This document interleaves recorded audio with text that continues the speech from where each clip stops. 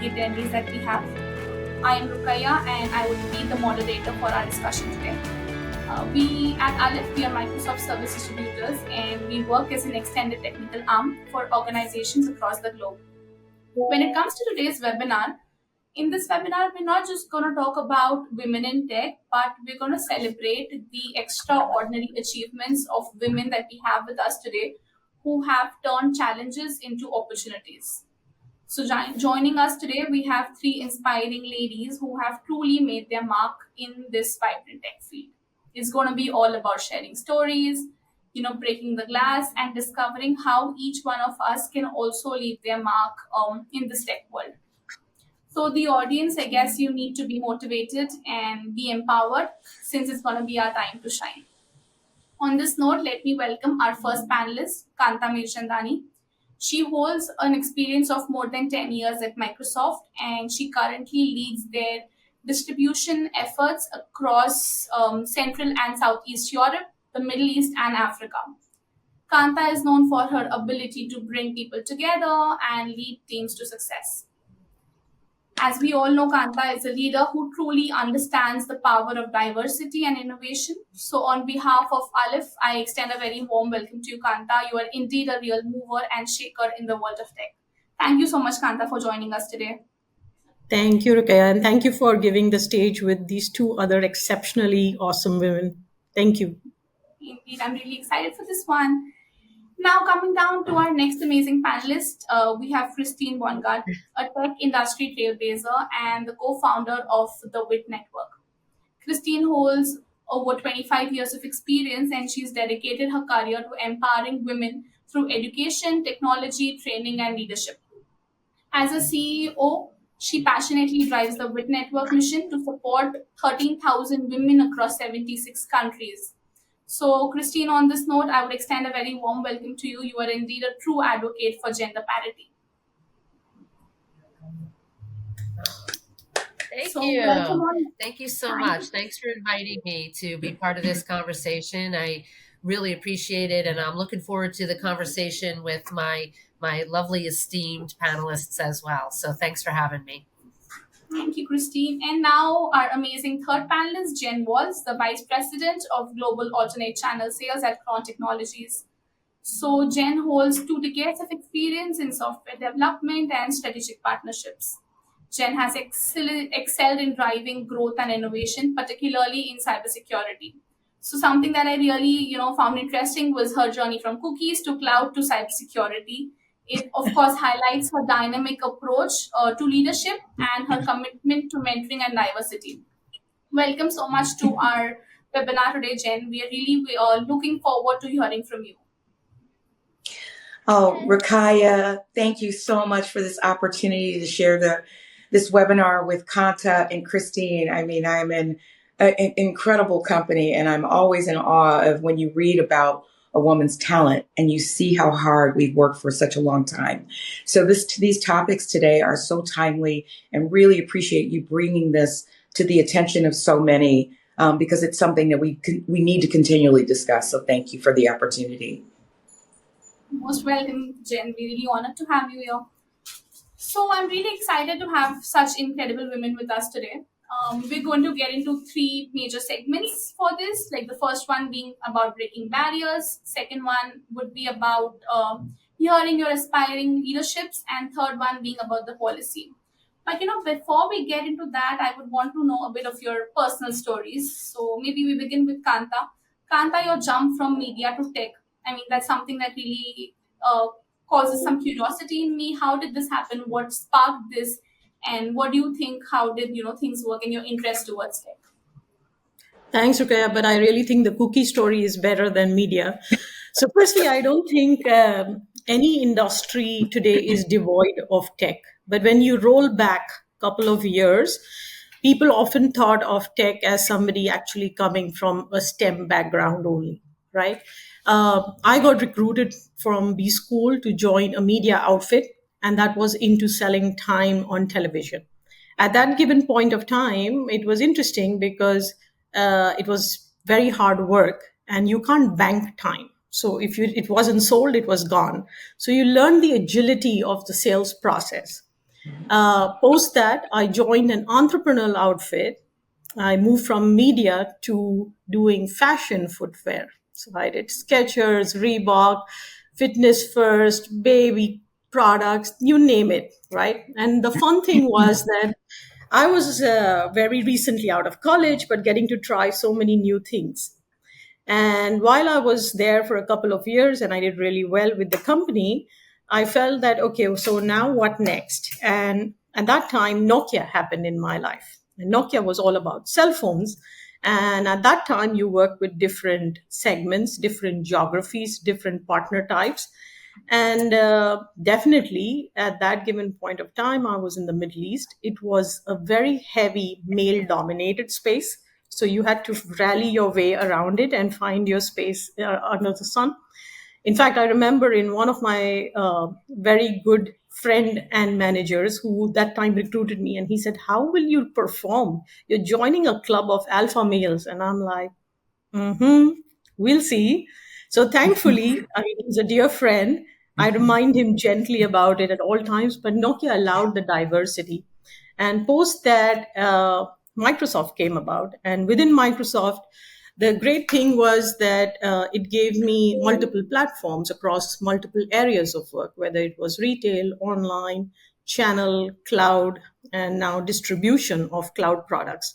So it's been an interesting run, Rukia, but I think the biggest thing, firstly, I'm highly thankful and I have a huge level of gratitude because we don't stand alone. There are always people who rally you upward. So I'm really grateful and thankful for those.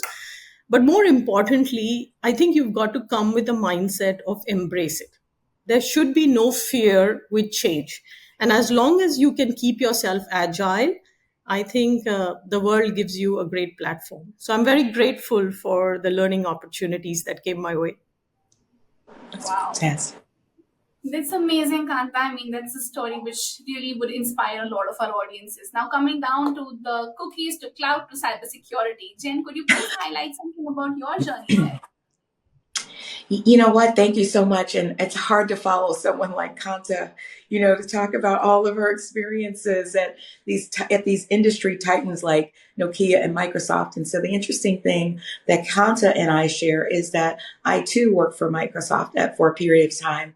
And so when I say from cookies to cloud to cybersecurity, I always knew that I wanted to be in sales.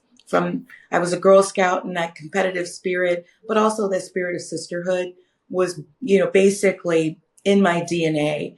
And so it brought me so much joy to give people what they wanted. And at that time, it was cookies. And then as my career progressed, I was always the first, right? So I was usually always the first woman of color hired in a direct sales role, added to a team. I'm so grateful for those opportunities because I really feel strongly that I paved the way for others to come and follow me. So I had an opportunity to work as the founding operations manager for the precursor to data centers. It was called Yipes. They were based out of San Francisco. And basically, I worked to do plant design in major metropolitan cities to bring high-speed internet to buildings. And that is what started data centers as we know it. And after that, I was recruited by Microsoft directly during my time at Yipes. And again, I was in direct sales and I was an account director for large telecom companies like US Cellular and so on, Cincinnati Bell and many others. And so what that gave me was it gave me a very strong telco DNA. So, think about all the layers that I'm adding, right? So back in the day, there were T1s and all the things, right? And so then we've got the advent of high-speed internet. And one of the things I realized is that I needed some consulting experience. And I was recruited by Unisys. I was recruited in a direct sales fashion, handling banking and financial services.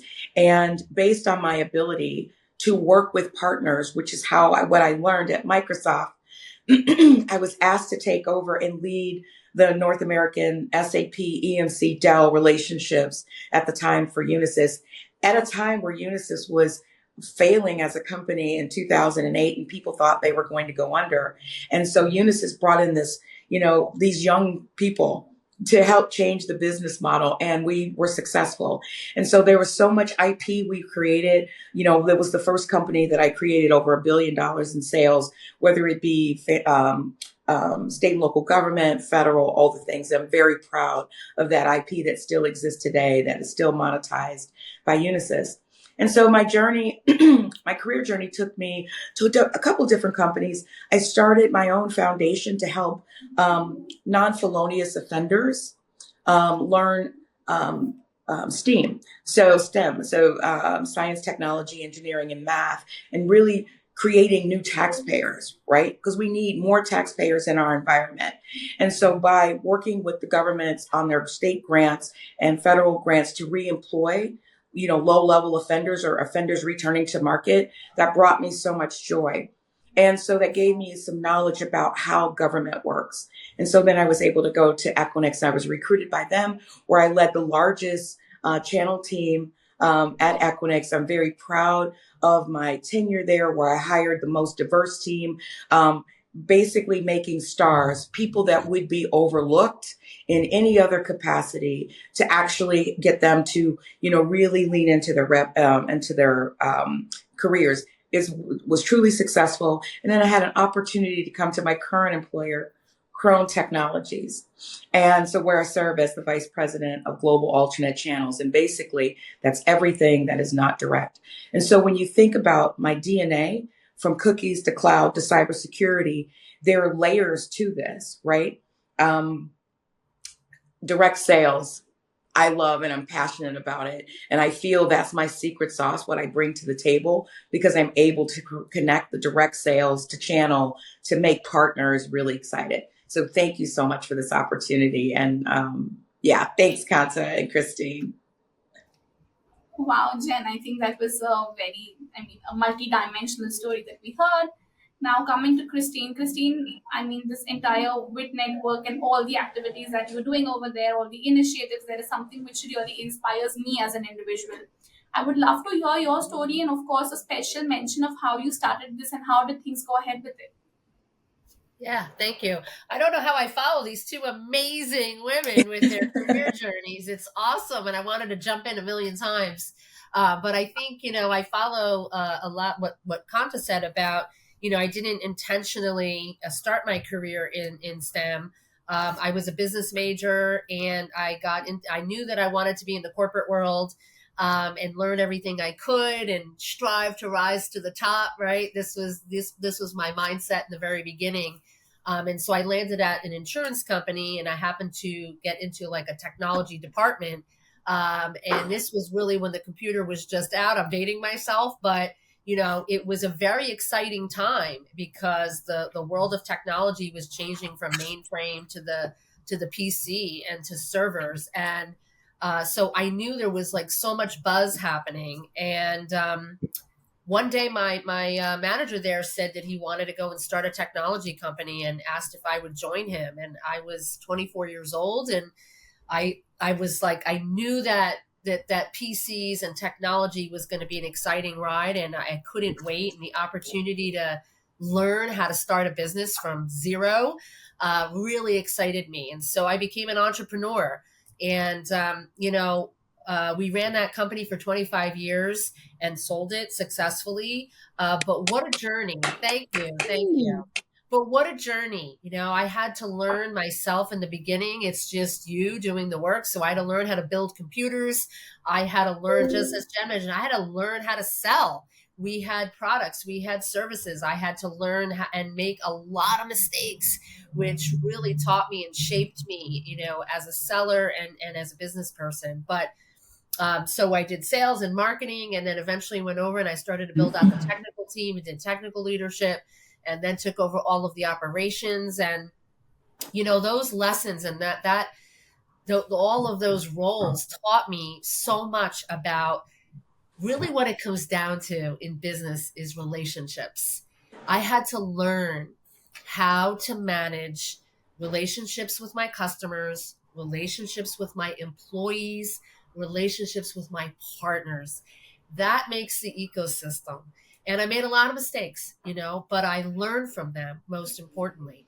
And, through that journey, I never really thought much about me being a woman, but why would that make me less than, or why couldn't I shoot for the stars? In my mind, I'm like, I could do anything anyone else can do. Mhm. When I would show up places, I was the only woman. To Jen's comment about being the only person of color, it's the same, it was the same. I would show up and be the only person there, and I wasn't invited in the conversations. I didn't know how to golf. I didn't like brandy or whiskey to go to those kinds of things. And I felt, how do I overcome this? And so through all of those experiences, I thought I had a vision in the back of my mind that I wanted to be part of driving some change and driving a support system for other people like me that were, in the same kinds of situations. And I didn't want it to be like that for future generations. Yeah. So, just through all of my networking and connections, formed with a group of people. We co-founded the WIT Network 6 years ago. We'll be 6 in August. Thank you. And the vision of the WIT Network was really to build a global network where women could come in and feel supported, be with like-minded people who are experiencing the same things, get access to education and mentors and skilling that they would need to help grow their careers, because oftentimes we were hearing they weren't being given the same opportunities as their male counterparts, and unfortunately still happening to this day. So we wanted to be a place that would help bring about some equity for women. And the WIT Network was born. And just one funny story in conclusion.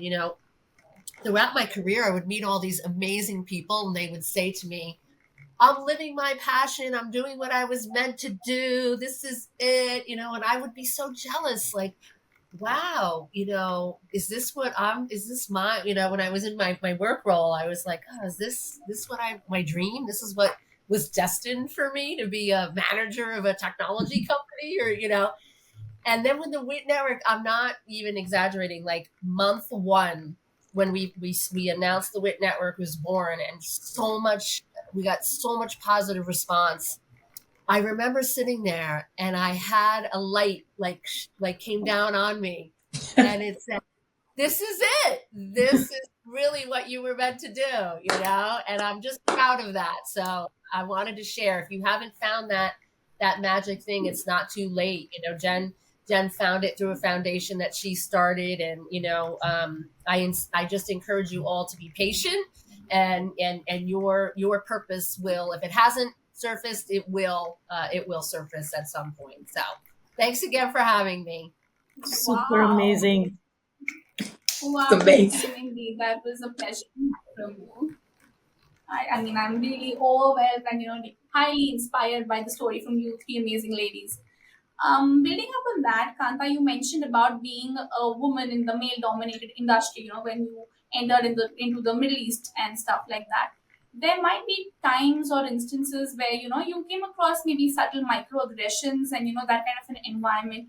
We would want to know from you, how did you tackle these obstacles? How did you overcome them? Or if you could highlight some ways or tips, on which how we can go ahead with it. Thanks, Rukaya. So I think maybe I'll segue into a little thing that Christine just mentioned, that a lot of times you were like, big things were discussed over a smoke. If I didn't smoke, I was not part of the big things. These are very minute stories, but I remember during my Nokia days, okay, and a country at that time like Saudi Arabia was extremely conservative in its approach towards women. I mean, men didn't travel there. So forget about a woman going there on business. But I was like, let's do it. Let's bring it on. It's my job. I'm not going to focus on the gender. It's what I need to get delivered. And it was interesting. And I'll tell you why it's funny, because at that time in Saudi Arabian restaurants, there was a separate section for the families. And that's where normally a man would sit with his wife or wives and children. Okay. Now, I had only male colleagues and male business partners. So I was the only female with 16 men, right?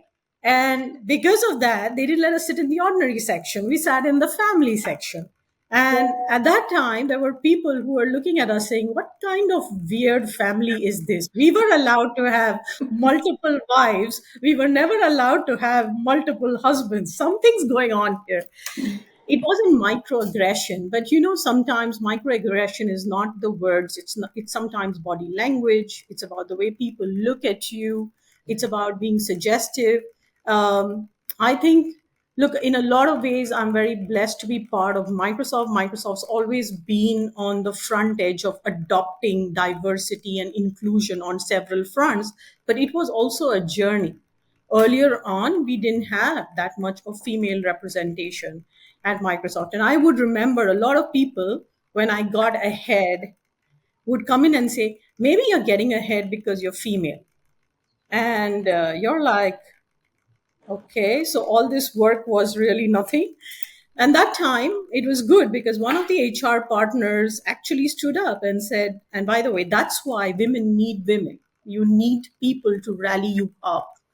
And one of the HR partners said, so is this why you've been getting ahead all these years because you're male? And I think that kind of established a lot of things out there.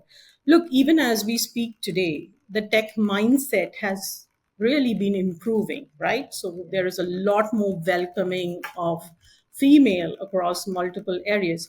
But for a world population, which is 50% female, the tech industry still has 25% female, and not something to be superbly proud of, right? So it's getting better, but it's nowhere where ideally you should be there. So I think in a lot of ways, microaggressions will exist. But I think at all times, what was really important is that, are you really finding your home in what you're doing? Because firstly, you got to find your passion. Like, I would echo what Jen said. I love selling. I'm a seller. I think there are two things which are important. You own your number and you own your relationship and you make it happen, right? And in a lot of times when you drive that and that becomes front focal, you start bettering your game. So you don't get defocused by the noises, but you actually focus on your energy on what can help you get ahead. A lot of times, by the way, I've had, hey, you don't even come from a tech background, you come from a business background, and why should you be my manager? Yeah. And I'm like, you can't, I'm not going back to school and suddenly studying engineering to prove a point, but I'll do something. You need to find your skill set, right? And if your skill set is business, it's partnerships, it's the agility to take on the new and make something out of it, you hone in on your strength and go all out, because you have to stand for something. Your brand needs to mean something, and that has to come across very, very clearly. I remember, and Jen, I loved sales, loved it, right? At one point in Microsoft, we are famous for normally reorganizing ourselves for a better tomorrow, structurally, organization wise. And at one point, they told me, hey, here's a new marketing role for you. And I'm like, I worked all my life to get into sales. Why give me a marketing role? And I was good at it. Why are you giving me this? So for some point, I was like, are you giving me this because you can't find anybody else to take a marketing, which is supposed to be a little more female-ish kind of role? But I used that opportunity instead to say, okay, you know what? You're giving me something. I'm going to turn it around. Within that year, I made the role what I wanted it to be. I did my marketing delivery, but I also made it very salesy. So we were the first to achieve numbers worldwide. We got recognized for it. And suddenly nobody's then talking to me about sales or marketing. They're talking to me about business, right? So I think it's very, very important to stay centered. If you found your passion, stay centered on that. There will be noises. The noises are not going to go away, but I think you've just got to navigate it. At the second time, I think you've also got to be smart. It's an organization. There is going to be sometimes constructive politics. And I call it constructive because it builds your agile muscle to navigate it through it all, right? The third is it taught me allyship. Not everybody was like waiting to shoot us down, But there are times people wanted to be allies, they wanted to lift you up. So it was really important to find out who those allies are. Like, I've always believed that you need to have your personal board of directors. And some of these are those people. They lift you up, they give you the energy when days are not so great, but they keep centering you. So I do believe that, look, it's not a walk in the park, unless Jurassic Park is the park you're looking at. But more importantly, it's important to stay laser sharp into making sure that you're the best person in the house to do the job. Because as long as you keep gravitating towards that, the noises will dwindle out. Yeah, so that's a little something. Wow, I think yes, there was a lot that we could get from here, and yeah, I mean, I agree with all the points that you mentioned, and yes, I completely feel that we need to have cheerleaders at our workplace who are going to be there for us, who are going to support us, as the kind of energy we had when we all joined in. That positivity and that support is really going to help us, achieve things, achieve the numbers as well. On that note, Christine, in your case, with the WIT network, I think you must have heard tons of stories of, how women were facing some challenge and how the WIT network used to have this approach. So, would you like to highlight any one of those? Sure. And I'll try to keep it a little short. I know we have so much to go over. We only have half an hour left now. So yeah, I'm going to answer something that I don't know that would be expecting me to talk about. But I would say a common challenge for a lot of the women in the network that I talk to or hear from is really around loneliness and feeling isolated at work.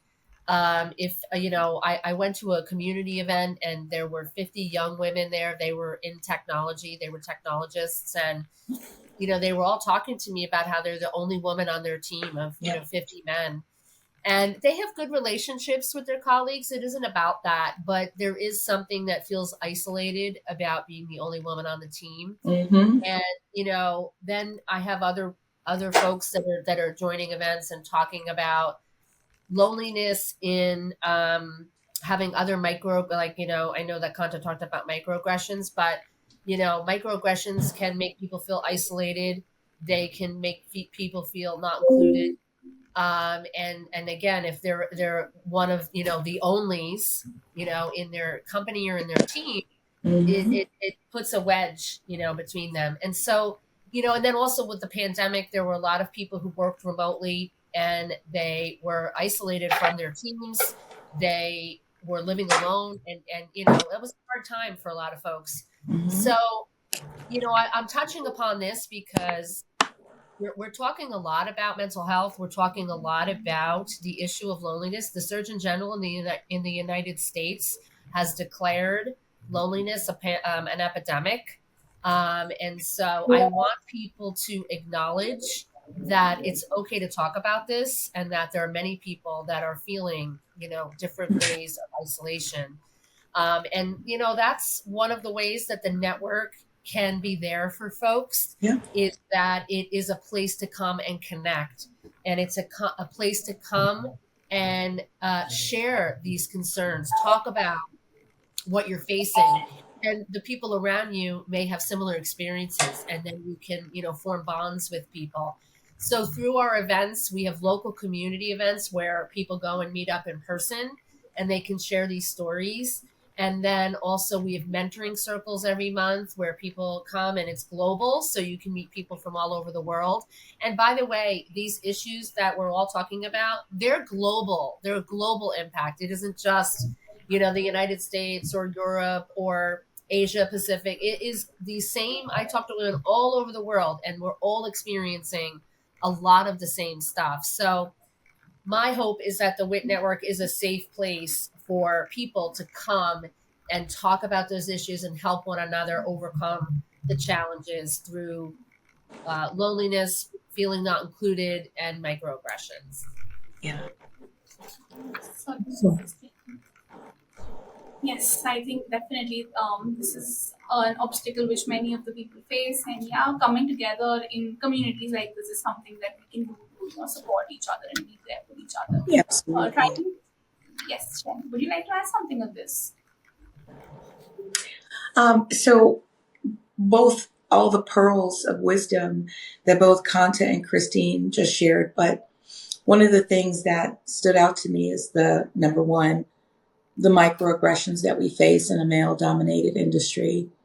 And what I started doing is, most people that know me know that I really lean into helping others be better, mentoring, coaching. And it's not just women. You know, right now I mentor and coach men.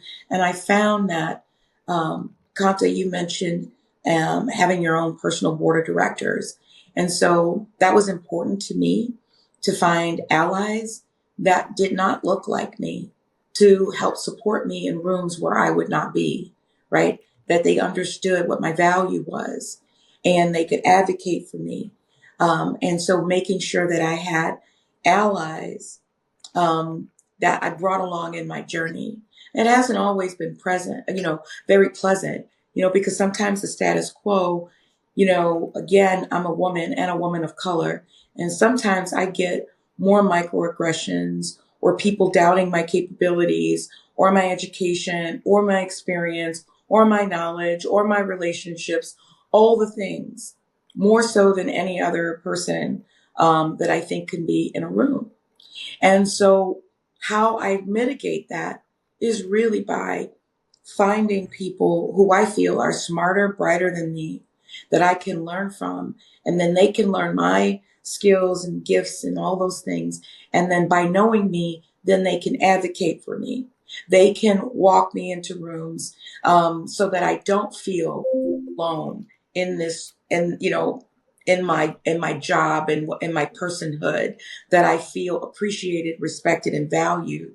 And then when I am able to connect with people at that level, then it makes me more of an inclusive leader, thinking about how I'm going to bring other women along, making sure that I give opportunities to people who might be overlooked. These are things that I'm super passionate about because, you think about how long Kanta, Christine, and I, we've each been in this industry for over 20 years.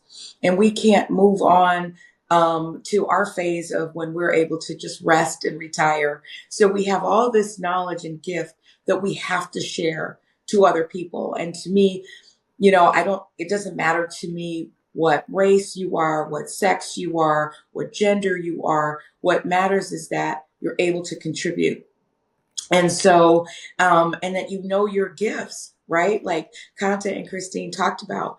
I happened to be on that panel that Christine had for the WIT Network, regarding loneliness. And I'm going to tell you, it was, I think, one of the most watched, one of the most attended, most resonant, because women, even outside of COVID, even outside of all the technology that we have, even with webinars like this, we still sometimes feel like we are the only ones going through what we are enduring. And it's up to us as women to be inclusive, to bring other women along, to really embrace them, and to not, be diametrically opposed to another woman that might be in the industry, that might have some different magic that you have. You have to be supportive of everyone. And so, when I could think of all the things that Kanta and Christine, these pearls that they gave, I can definitely share with you. My necklace has those pearls too. Allyship, mentorship, making sure that you're not lonely, making sure that I stand up for women, also bringing men along, making sure that they know how I feel when I walk into a room so that they can understand what it's like from my perspective. And I think that's the one thing people miss about diversity. Diversity is not, again, race, sex, color, gender. It's about your lived experience, how these things got you to where you are, and the beauty and the gifts in that you can contribute to the company to make the company more successful. You really bring your relationships along, and then also making sure that we're bringing our allies along from an educational perspective, letting them know what it's like to be us. I think those things are important. Great. Indeed, I think you've said it all, Jen. I think, yeah, this is, we all are speaking on similar lines, or, we're definitely agreeing with what the other one has to say. Yeah. That was great about, breaking the barriers and entering into the tech world. But as Kanta mentioned earlier, although we have around 25% of female representation in technology, however, the leadership sees it even lesser than that when you talk about lead roles or, leadership roles in technology. So, Christine, maybe with the WIT network or in general, as per your career, you've been a leader. You've seen how female leaders, lack representation, or they have to face challenges regarding their representation in big organizations. So, on that, how do you think we can deal with it, or how can we increase our representation when it comes to leadership roles? Yeah, I mean, I think a lot of that comes down to a couple of things. The pipeline for women, moving up, that's where we see a lot of the problems, right? The broken rung is that in the first step, we don't have as many women graduating from university with tech degrees or interest in the tech industry. So we start out at a disadvantage. And then even the women in the industry, as we go up, there are fewer of us. So, that's how our numbers are not able to keep pace. So I think an intentional effort around providing leadership development training for women and helping to understand what are the skills that women need to build to be on that level playing field in order to, fill and make that pipeline a little bit more equal. And so I think the challenge to companies is to HR leaders and to managers of people is to look at the teams, and look at the people on your teams and specifically the women, what kind of education and skills or even mentors and sponsorship programs can you provide, to help round those candidates out and help pull them up a little bit, right? Pull them up, look behind and pull. It has to be intentional at this point until we are at parity. We have to do a little bit of extra effort, trying to do that. I'll give you a quick example. I met with someone and I knew he was in my network and a wonderful, wonderful person. And we were just chatting and I had gone to his company page and looked and saw that, their board of directors were all white men. So, and to Jen, I love Jen's point about, mentoring and having coaching relationships and discussions with everyone, because there's such an opportunity to try to help other people understand. And so my story goes, that I said, hey, what's going on here? I don't see any women. I don't see any people of color. How do we, what are you doing about that? Or what is the company's, position about that? And he was so proud of his answer. He said to me, well, we hire on merit. And I said, okay, that's fantastic. And that is the right approach, of course. But can you tell me what your pipeline of, women candidates are to be considered for, those roles? And what is the training and development plan to help those women get at parity so that you can get some more women on the board? His whole face dropped. He was like, oh, no, we don't have that. Okay. Now you have something to work on. And so that's kind of the point. We're never going to change the end result if we're not working on building that pipeline of female candidates or women candidates, to get them the skills that they need to be the best, the merit, the people with the merit, and allow them, to be potential candidates for those roles. So I think that's something that we have to work on with intention as leaders. The WIT network has, I'm so proud of this. We have a leadership development cohort.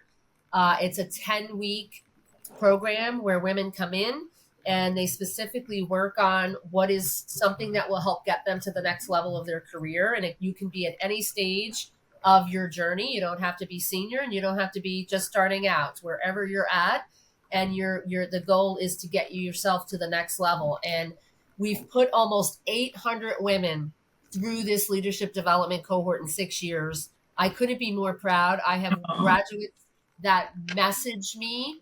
They got a new job. They got promoted. They got a raise. They got an acknowledgement by their leadership called out in meetings. They had people on their teams reaching out and saying, "What are you doing? Can you coach me?" And so we need more programs like that that are dedicated to trying to help the women build those skills. Yeah. And Christine, if I may just add to one thing, look, most of the coaching programs can do really well for early in career. All right. But when it comes to leadership and actually finding out what's that one piece which is blocking to the next level, requires a very different coaching and leadership format. So one of the things is to accept it in letter, but also embrace it in spirit, because it's not about, hey, okay, fine. Now that Christine, you planted the idea, I'm going to land a leadership program. But it's not about landing a leadership program. It's being very intentional on the fact that this is probably the need gap, and is that even a real need gap or a perceived need gap that we're trying to fill for moving forward. But thank you so much for the same. That's right. Yeah, absolutely. I mean, just to piggyback on what Christine and Kanta mentioned, I love that, Christine, that you graduated 800 women. That is huge, And as someone that has gone through a variety of leadership coaching, whether it be from McKinsey or, the company, one of the things that I find is a gap area for women that is different from men is the approach in talking about money, building a deal, understanding valuation, company, EBITDA, how do you cost of goods sold, all the things, margins. I think sometimes women are afraid to have those conversations. And I think that's one of the barriers why women don't progress, because we don't speak in those financial terms, in terms of value.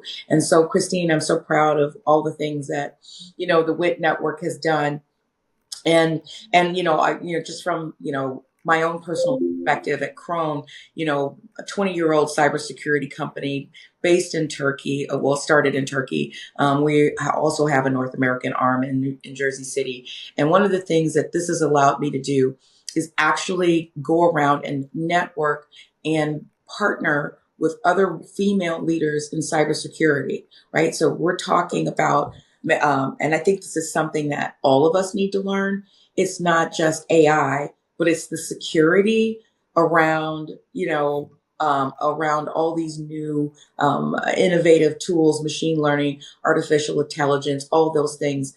And so I would add that if you're looking to upskill, definitely make sure that you're taking a finance course on company finance so you can understand all the terms, understand how your role contributes to the company value that they broadcast publicly, whether they're a public company or a private company, all those things. And then also make sure that you're learning all the things now with AI, cybersecurity. Cybersecurity is almost a recession-proof industry. So please, women, lean into that, because there's room at the table for all of us. And so I'm so honored to have this role for Crone.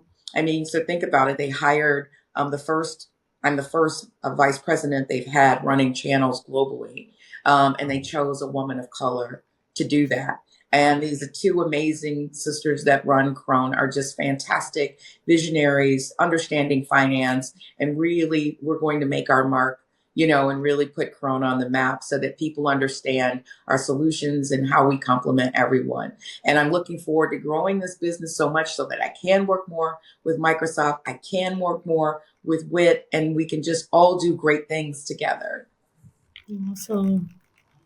That's great, Jen. It's really inspiring, and yeah, I think that's going to be a piece of advice for all our listeners to know what they're supposed to be doing. How can they have a roadmap which would actually put them up to success? Now that brings me to the third part, the third segment of our webinar. Since we are all located in different parts of the globe, so on that note, I wanted to know from you all, maybe beginning with Kanta, how are the policies, the difference in policies globally in different regions, maybe for the CMA region for you, how do these impact the women or the women in leadership roles primarily? although you mentioned about your allies earlier, but then do you feel in any of these policies or at any instances your allies have stepped down to come and make your foot stronger there? Yeah, so yeah, look, I think it's not about a role or a region per se, but it's also company culture that plays a very important role, because the region might have a policy stream, but then company cultures could be very, very different. And I remember one bit of it where, in Microsoft, very early on, the leadership, when they were hiring on role, would challenge if there were no female candidates being Mm. interviewed. And they would actually say, give me a reason why. So definitely go ahead, hire on merit. But give me a reason why you could not. And by the way, the HR partner was really questioned on this, saying, are you sure you did everything on the purple squirrel map to go find the right candidates? Did you do it all? Are you sure that there was no female candidate who could meet the bill? So there was a lot of people who held that accountability. And this was even before, say, the governments in UAE and in Saudis began opening up. They actually now have female leaders, okay, which earlier was never even thought of. So they have more female representation coming into play. So I think it's also about the organization culture. One of the things that Microsoft did really very well and very early was in terms of tackling mental health. You can take time off to address mental health. So they removed the shame away and brought care in. When people had babies, they allowed them time. They created employee resource groups, so people could come in and speak about postpartum or dealing with as many challenges about having young kids at home and the likes. We were the first to extend paternity leave to bring that to play, right? um, Recently we are in that cycle, and you were asking about allies, and I think in a lot of ways you now have male counterparts who are coming in and saying, hey, these are some of the roles and I'd like for you to be considered on those roles. You see, I think it's always progress is always a journey. It doesn't happen overnight. It's the intent, and organizations drive that culture and intent. I remember one of the business leaders at Microsoft many, many, many years ago. He would send a rose to every woman in the company on Women's Day, saying, I'm so happy you're part of this organization. Now I think his rose bill has gone up because we are a lot more women. But I think it just speaks about the little things. Allyship doesn't really mean shouting from the rooftop, but it's saying that, yeah, I want you in and I want you part of the team. So I think economies are undergoing changes. You are seeing more and more people coming into power and leadership, whether it's going to be in government or policy. In cabinets, you're seeing more female representation. But it also, I think, it also adds accountability. So, one is the fact that while you get there, are you specking yourself enough to hold that seat on that table? And that's an investment that you need to do. It's not great to just have the desire and say, yeah, we need more women. But I think as women, we also need to be, these are our controllables. We need to step up the game. Like Jen was saying, AI is great. Cybersecurity is not going away, it's going to stay in fashion. Mhm. But tomorrow, when you go in and you seek an employer, you want the best employer. They're also seeking for the best employee. Are you their best employee? Have you put in all skin in the game? Because you must always build yourself up in such a way that you're almost a non rejectable. Like, I want you in my, right? So that's where I think we need to lean into. But I do see shift in policy. I do see a lot of shifts in equality. I do see a lot of companies now embracing flexible work hours, so people are able to dedicate better time in managing work, home, and other obligations. So policies are shifting. There's obviously a lot more work to be done because it's not yet generic. In a lot of places, pay grades are similar, but in a lot of places, they still are not. There's still a huge amount of disparity. So there's work to be done, I think, but voices help. And I think collectively, if we keep driving the agenda in our own little ways, the world gets better every single minute. Aw, Yeah, that's I love that. awesome. Wow, that's great to hear from you, Kanta. Now, since both Jen and Kanta have mentioned about AI being here, so Christine, I would like to put a question to you on that. When it comes to AI's contribution to building fairer workplaces, what do you have to say on that? How can we actually make sure that the regulations or regulating AI to ensure the unbiasedness? Yeah. Well, I mean, I think we're all excited about this new cusp of the technology wave that we're on with the future of AI, and we're all dabbling with ChatGPT and understanding how AI tools can really aid us in our work and help us to be more efficient and more productive. And I think about when people ask me about the possibility of AI in with inclusive workplaces, I say widespread inclusion.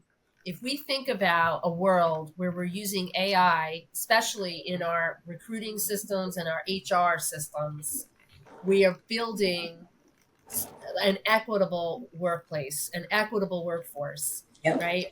Where AI tools are screening based on skills alone and not other factors that humans can be objective about. It helps to bring more diverse people to the table, which we know drives better business outcomes. Those are facts based on data from McKinsey and Gartner and all the other analysts. So I think about that. I think about more diverse people on teams. I think about pay equity. Finally, maybe we will get to a place where, again, if we're using unbiased AI systems to help Mhm. drive, pay equity. Think about once people are on board, think about the promotion process, bonuses, having people be sponsored and mentored. If it's strictly we're using these tools that are unbiased, then everybody has a fair chance. Yes. That is amazing. But then think about also ways that we can use AI to build personal development plans for people, help them with training that they, help present training, serve training up to people that we have not been able to do before. Think about folks who are handicapped that we can use AI technologies to do speech to text, text to speech. We'll be able to converse with people in the workforce that we have never been able to converse with real time before. And multilingual for those of us who work with global companies. We don't have to force everybody to speak English. I Yes. can deliver programs through the WIT network to everybody who can learn, listen, or read in their local language. That to me is mind blowing. Yes. But all the more important why we need to be diligent about training these models to be unbiased. Right now, the data from NIST shows 20 to 30% of the systems already have bias in them. And so what can we all do? How do we stop that, and how do we really drive change? And I was on a panel yesterday all about this, and the advice is like we have to start asking questions and pushing back. If you're a leader of an organization, if you're partnering with a company that uses AI technology, ask hard questions. How are you training your data?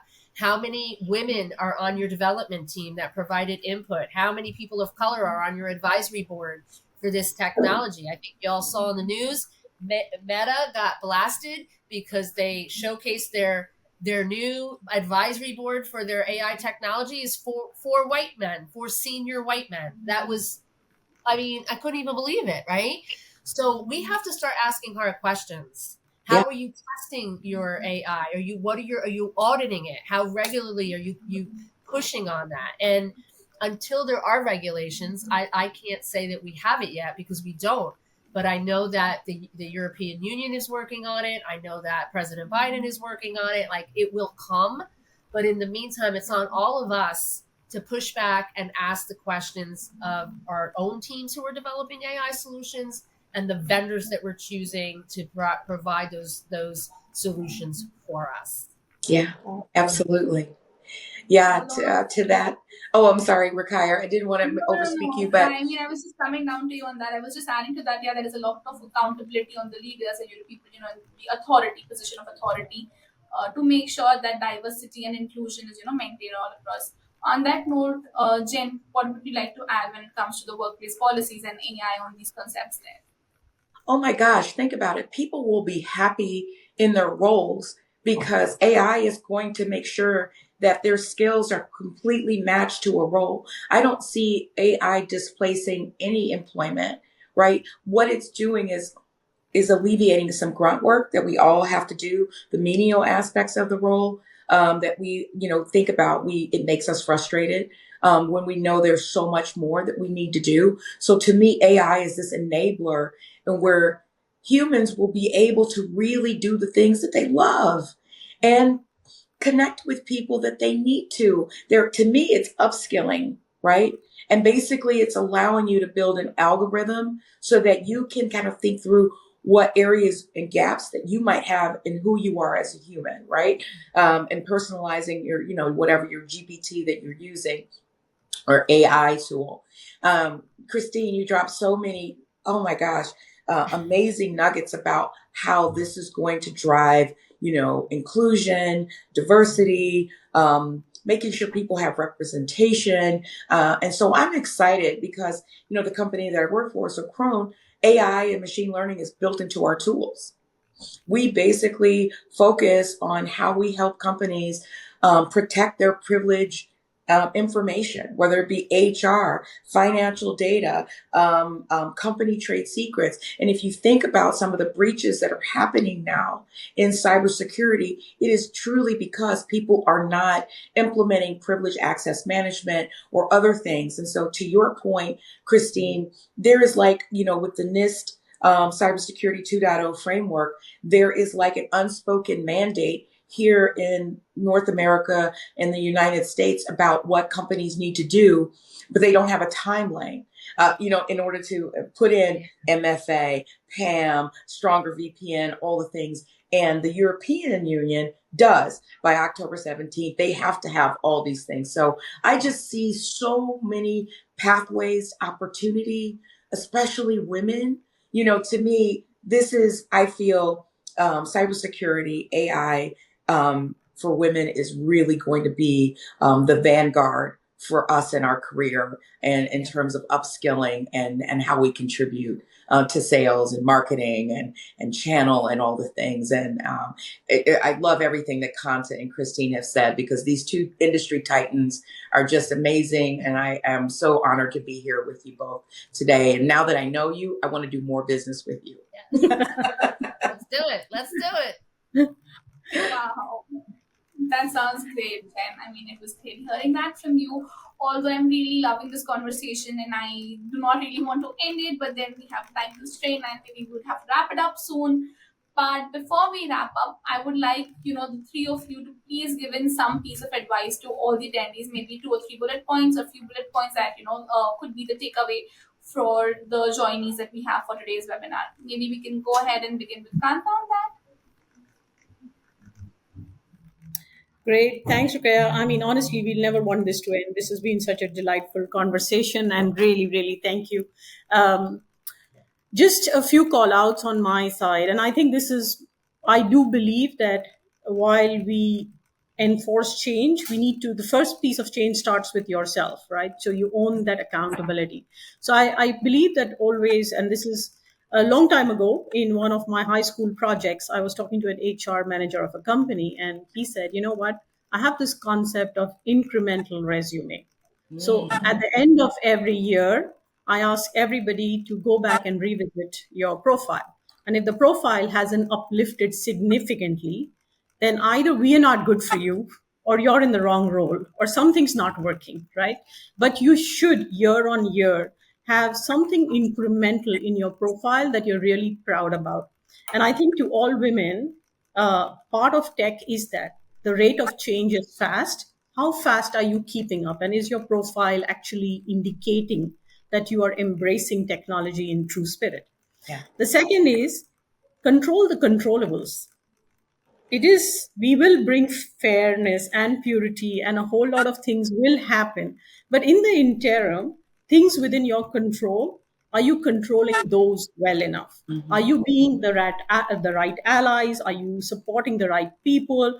Are you investing in yourself enough to go to the next leg, right? And I do believe that becomes another important piece of things. The third is go no fear, guys. One life, live it, like learn it.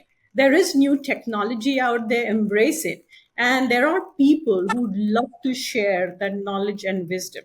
So, very often, I think fear becomes a barrier, but I've never touched this space before. That space did not exist before. How could you have touched it? So, go all out there and embrace it and keep learning, because that's where I think we will move ahead of the curve. And fourthly, I would probably say build your network. There's immense value in that. And, pieces like mental health, pieces like loneliness, pieces even about getting ahead. People who are part of your network can actually help you do that. I think both Christine and Jen made a great point on how AI can help even on personal development. We recently launched a product called Copilot, okay? And I tried this, by the way, because you know what? Imagine when you have to do your assessment reports for the year. I went to Copilot and said, hey, based on the last 1 year of all my emails and conversations, can you build a profile of me as a leader? And who else's profile does it resonate with? And it pointed me out. It gave me a pretty good profile. I actually shared it with my manager, said, you know what, this is my assessment, like, our product says so. But more importantly, think about the power of coaching and mentoring, because it would connect you to so many right people. So invest in those relationships. They're going to carry you forward. And I think it's a great place to be. Practice gratitude. There's a lot to look forward to, and we can take it away from there. I mean, mic drop on all that. I mean, she touched upon so many great. I think we ended there, quite frankly. Like you just covered so many incredible best practices and next steps. I love that, Kanta. Thank you. Absolutely. The only thing I would add to that is your personal board of directors, making sure that you've got male allies, female allies, people who are many levels ahead of you, people who are lower and wanting to come up to your level, making sure that you're very inclusive about that. That's the only thing I would add to that. Because Christine, she is like the model of that to me. She's Yes, 100%. She's always advocating for people all the time. She's just a wonderful, amazing human. Please join the WIT network. Work with Kanta at Microsoft. And if you have some privileged access management needs, contact me at Crone. But I love But it. big thank you to Rukaya and the team for sure. Yes, thank you so much. This was incredible. I hope everybody liked it. I loved it. yes. No, thank you. This was such an encouraging session, really.